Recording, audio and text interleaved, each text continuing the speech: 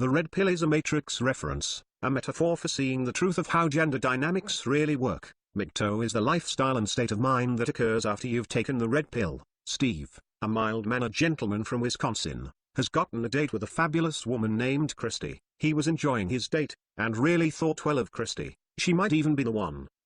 Oh Steve, what a lovely place. The food is just wonderful. You really picked the best spots. I'm glad you think so. I was worried. You hardly ate anything. Oh, that's because I am a light eater. I don't eat very much. What do you think about children? I like children, I just don't think I am ready for them. What do you think about feminism? I'm all in favor of women's right to vote and everything like that, but I think far too many feminists are just crazy. Here you go, sir, the red pill special.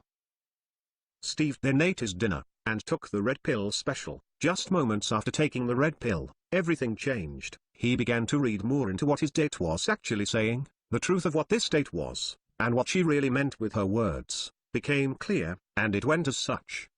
I like to wear slutty clothes for male attention, but act offended when I get that attention if it is from a guy I am not interested in. I enjoy the privileges my beauty buys me.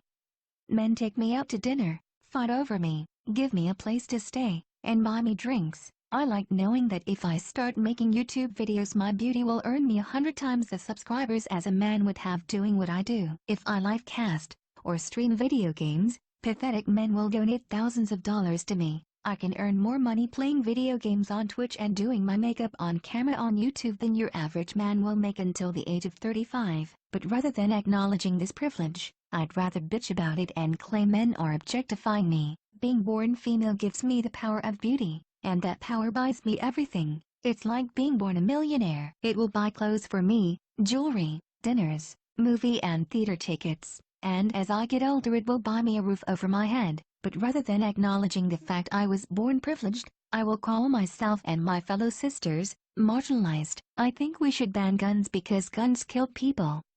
If guns are legal, I'd be expected to protect myself. I think it is a man's job to protect me instead, and it is the job of police and government to protect me. I totally believe in astrology and believe that my horoscope accurately assesses my personality. I claim to like men that are smart, funny, and nice, all the while dating men who are bullies, jealous, controlling, and self-centered jerks. And then I cry about never being able to find a nice guy. I claim to want a man who is sensitive and can talk about his feelings and isn't afraid to cry. Yet any man that does anything like that would chase me off instantly. I am seeking out a white heterosexual cisgendered male, all the while blaming all of humanity's problems on the heterosexual cisgendered white male. I believe women are every bit as tough and capable as men. The fact we have babies makes us a million times tougher than men. Yet I support the Violence Against Women Act because women are fragile creatures that must be protected. I support women's right to join any branch of military, have lower standards, but equal pay, and I am against women being drafted because women are far too fragile to fight in war. I enjoy going to college since my parents paid, and I've been irresponsibly partying the whole time.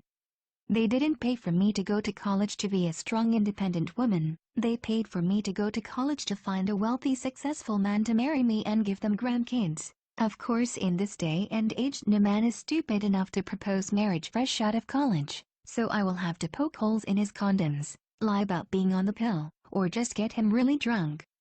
That's another thing I enjoy. You're too drunk to give consent, but only if you're a woman. I call myself a feminist. Push to demonize male sexuality, push for women-only programs, and push for double standards that favor women, all the while hiding behind the dictionary definition that feminism is a fight for equality. I like being able to play the role of strong independent career woman.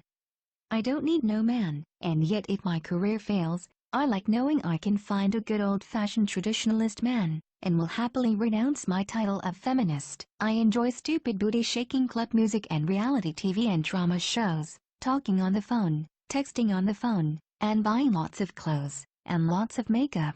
I consider shopping to be a type of hobby.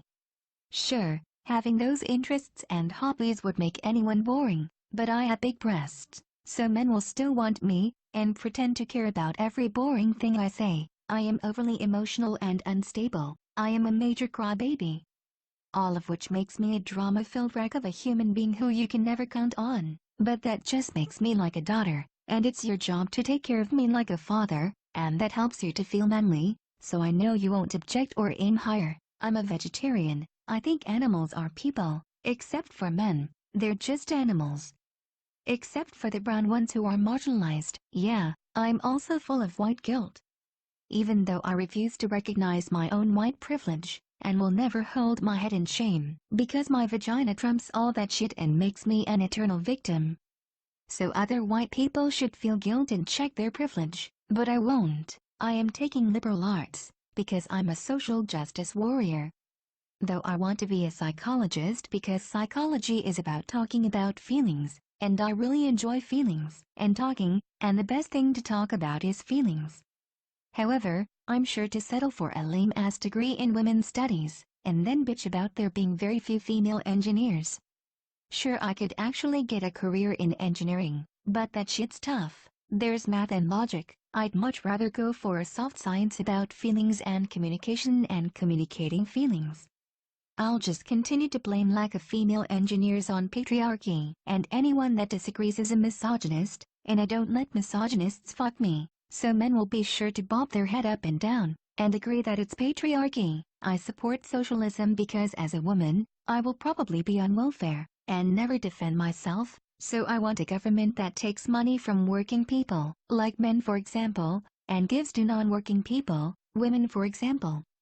I'm afraid of failure and demand a society with safety nets. Besides, someone has to take care of homeless men. Anyone who doesn't care about homeless people are greedy, selfish, and heartless. Of course, myself would never take a homeless man home, bathe him, and give him sex, thereby making him feel like a real human being. Fuck no. They're nasty, but hardworking men should totally give their money to hobos. And it shouldn't even be a choice, it should be government mandatory. After all, it's government's role to make sure that people act and behave the way I want them to. I like to blog about things.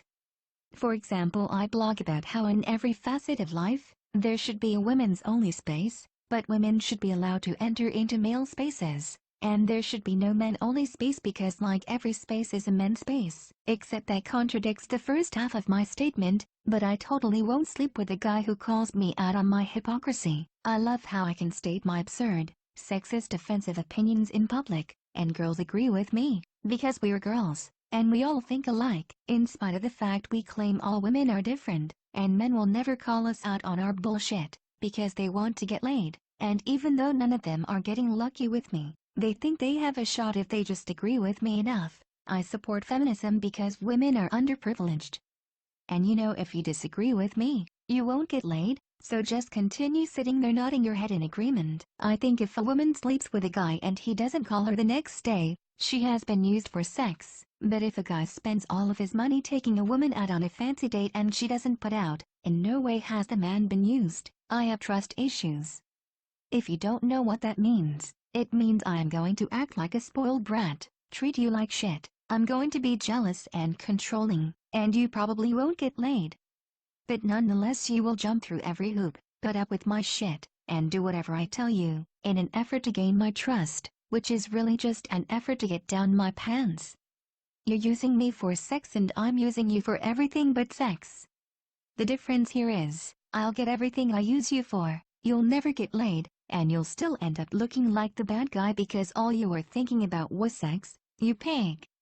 After that dinner, after his new red pill perspective, Steve decided that he would end pursuing relationships with women, or at least date them with the understanding that it is not him who is being loved, it is his utility and function which is being admired. The women he dates will want what he has, and what he can do for her. He will always be the means to the end, and not the end unto itself. Born into a world that told him men are made of snips and snails and puppy dog tails, he has come to realize that women are not made from sugar and spice, or anything nice. Steve went on to be MGTOW,